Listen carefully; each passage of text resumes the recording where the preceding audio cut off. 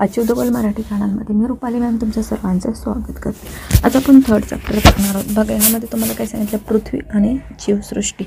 बघा इथे तुम्हाला आवरण दिले, वातावरण दिले, जलावरण दिले, शिलावरण दिले, म्हणजे काय झाले तुमचे पृथ्वीचे आवरण झाले। ठीक आहे, बघा पृथ्वीच्या पृष्ठभागावर काही भागात जमीन तर काही भागात पाणी दिसते। सर्वांनाच माहिती आहे, तुम्ही सर्वीकडे फिरलाय, सर्वीकडे जमीन सारखी असते का? नाही, काही ठिकाणी जमीन उंच असते, काही ठिकाणी सपाट असते, काही ठिकाणी पाणी असतं, काही ठिकाणी कोरड असते। ठीक आहे, पृथ्वीभोवती हवेचे आवरण असते। जमिनीवर पाण्यात आणि हवेत सजीवांचे अस्तित्व असते।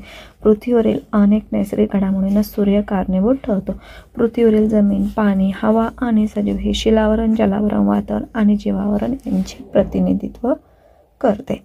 बघा तिन्हींचे चारहींचे प्रतिनिधित्व कोण करते? तर पृथ्वीवरील जमीन, पाणी, हवा आणि सजीव।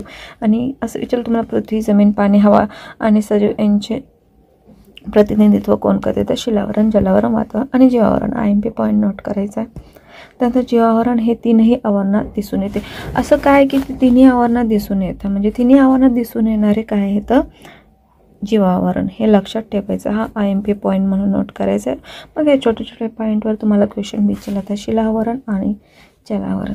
पृथ्वीचे बाहेरील कवच कठीण आहे, ते मातीत व खडकांचे बनलेले आहे। आपण डोंगराळ भागातून प्रवास करताना जमिनीचे किंवा खडकाचे थर पाहतो। कोठे जमिनीचा मोठा गवताळ विस्तार दिसतो तर कोठे ओसड। आताच मी तुम्हाला सांगितलं, सर्वीकडे जमीन सारखी नसते। जमिनीवर वाळूच वाळू असते। कोठे जमीन पिकांनी तर कोठे झाडांनी झाकलेली असते। काही ठिकाणी झाडांच्या मुळांनी भरलेल्या मातीचे खोलवरचे थर दिसतात तर काही ठिकाणी झाडांच्या मुळांनी दुबगलेले खडक दिसतात। काही ठिकाणी पर्वतांचे उतार असतात। बघा इथं पुढे तुम्हाला मी नोट करून देणार आहे। ठीक आहे, तुम्ही अशी डायग्राम काढून घेतले तरी चालेल, म्हणजे पाण्याचा किती भाग आहे आणि जमिनीचा किती। बघा या चित्रामध्ये तुम्हाला विविध भूरूपे दिसते, पर्वत दिसते, खिंड दिसते, दरी, डोंगर, टेकड्या, समुद्र किनारा, मैदान, नदी, दरी, बेट, पठार सर्व या चित्रामध्ये तुम्हाला दाखवलं आहे। ठीक आहे, तर कोठे खडकांचे उंच सोळके दिसतात। पृथ्वीवरील हा जमिनीचा थर शिलावरणाचा भाग आहे। बघा शिलावरणाचा भाग काय हे लक्षात ठेवा।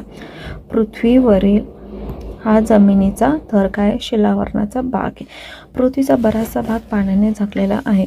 या पाण्याखालीही शिलावरण असते। तर पाण्याने झाकल्या म्हणून तिथे शिलावरण नाही का? तिथेही शिलावरण असते। IMP पॉईंट नोट करून घ्या, म्हणजे जमिनीवरील सर्व काही थर काय असं शिलावरण असते, पाण्याच्या खालीही शिलावरण असतं। पृथ्वीच्या बाहेरील कवच व त्याखाली थरांचा काही भाग मिळून शिलावरण बनते। शिलावरण कसं बनते बघा इथे तुम्हाला सांगितलं। पृथ्वीचे बाहेरील कवच व त्याखालील थरांचा काही भाग मिळून काय? शिलावरण बनते। पृथ्वीच्या पृष्ठभागाचा सुमारे, बघा इथंच तुम्हाला डायग्राम सांगितलं, ती 1/3 भाग जमिनीचा आहे। IMP म्हणून नोट करा, डायरेक्टली क्वेश्चन विचारला गेला आहे।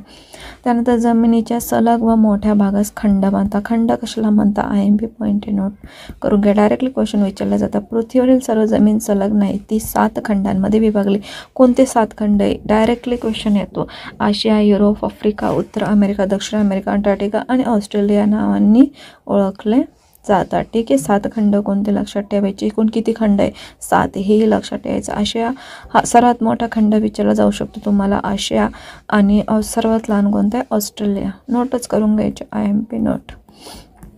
त्यानंतर जमीन सगळीकडे सपाट किंवा सारख्याच उंचीची नसते। तिच्या उंच सकलपणामुळे जमिनीला विशिष्ट आकार प्राप्त होतात, त्यांना काय म्हणतात? भूरूपे म्हणतात। तर भूरूपे कशाला म्हणतात?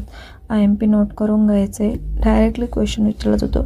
टेकडी, डोंगर इत्यादी भूरूपे तुम्ही तसं आपण चित्रामध्ये बघितलं। ठीक आहे, पृथ्वीच्या पृष्ठभागाचा सुमारे 2/3 भाग पाण्याने व्यापलेला आहे। किती भाग पाण्याने व्यापला आहे? IMP नोट करायचे, डायरेक्टली क्वेश्चन विचारला जातो।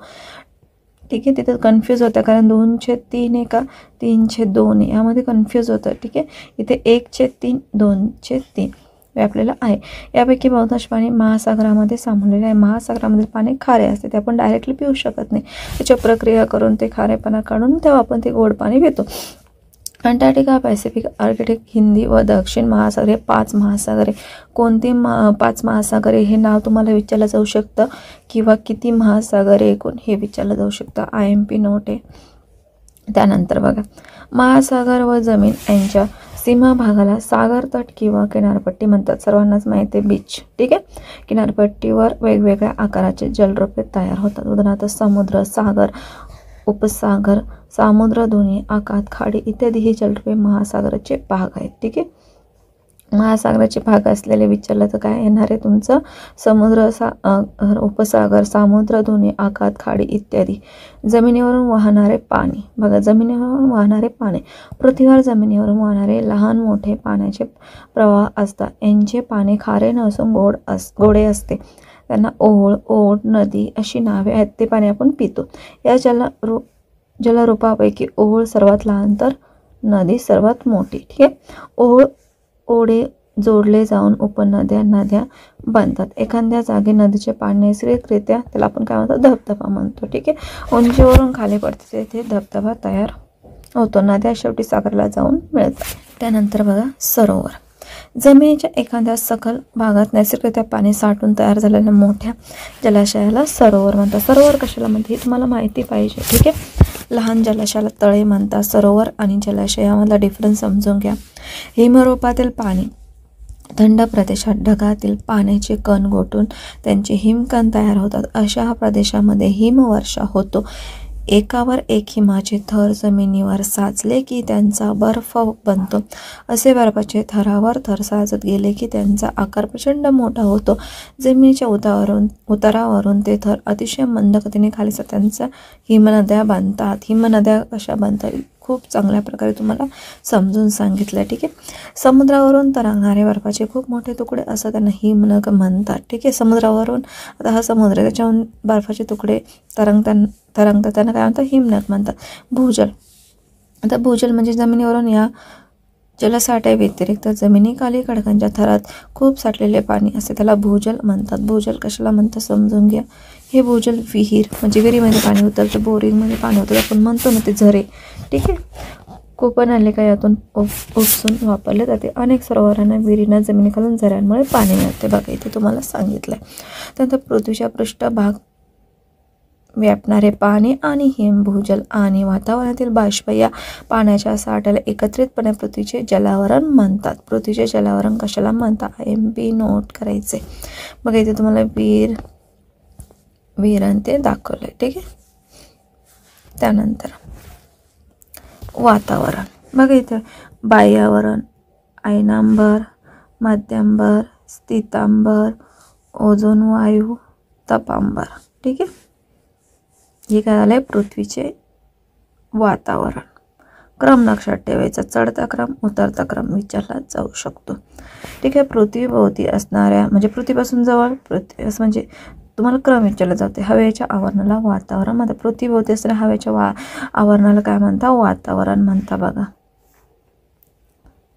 त्यानंतर बघा, पृथ्वीच्या पृष्ठभागापासून आपण जसे उंच तसे वातावरणातील हवा विरळ होत जाते. हवेचे मुख्यतः नायट्रोजन, ऑक्सिजन, बाष्प, कार्बन डायऑक्साईड हे घटक आहेत. बघा, हवेचे मुख्यत्व कोणते घटक आहे? हवेचे घटक कोणते लक्षात ठेवायचे? IMP नोटच करून घ्यायची. क्वेश्चन विचारला जातो. याशिवाय इतरही काही वायू अत्यंत कमी प्रमाणात हवेमध्ये आहेत. ठीक आहे. पृथ्वीच्या पृष्ठभागापासून वातावरणाचे तपांबर, स्थितांबर, मध्यांबर, आयनांबर, बाह्यांबर असे विविध थर मानतात. पृथ्वीच्या पृष्ठभागापासून सरासरी 13 किलोमीटर व काय तपांबर आहे. बघा, इथे तपांबर आहे. ही पृथ्वी इथे 13 किलोमीटर व काय तपांबर आहे. तपांबरातील हवेत अनेक बदल होत असतात. या बदलांचे पृथ्वीवरील सजीवांच्या जीवनावर महत्त्वाचे परिणाम होतात. सूर्यापासून पृथ्वीला उष्णता मिळाल्यामुळे पृथ्वीचा पृष्ठभाग तापतो, म्हणून पृष्ठभागालगतची हवा सर्वाधिक गरम असते. तपांबरात वर गेले असता हवा थंड होत जाते, म्हणजे इथून वरती गेलं तर हवा थंड होते.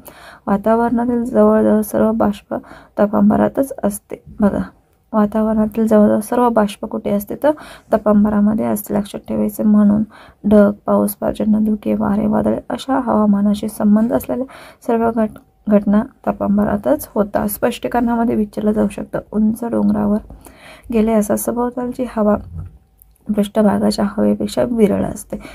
वाहतुकीसाठी वापरले जाणारे सर्व विमाने तपांबराच्या उंचावरच्या भागात उडतात. बघा, इथे चित्रात तुम्हाला दाखवले. तपांबराच्या सर्वात उंच भागावर त्या उंचीवर हवा आणखी विरळ असते. विमाने उंच गेल्यावर प्रवाशांना श्वसनासाठी पुरेशी हवा मिळावी म्हणून विमानात विशेष सोय करावी लागते. त्यानंतर बघा, पृथ्वीपासून तपांबराच्या सुमारे 50 किलोमीटरच्या थराला स्थितांबर म्हणतात. 50 किलोमीटरच्या थरांना काय म्हणतात? स्थितांबर म्हणतात. बघा इथे चित्र तुम्हाला दिसते. 50 किलोमीटरच्या थराला काय म्हणतात? स्थितांबर म्हणतात. स्थितांबरात खालच्या भागात ओझोन वायूचा थर आढळतो. खालच्या भागात काय? ओझोन वायूचा थर आढळतो, हे लक्षात ठेवा. सूर्यापासून येणारी अतिनील किरणे सजीवांसाठी हानिकारक असतात. ओझोन वायू ही किरणे शोषून घेतो, त्यामुळे पृथ्वीवरील सजीवांचे रक्षण होते. बघा ही डायग्राम लक्षात ठेवायची. त्यानंतर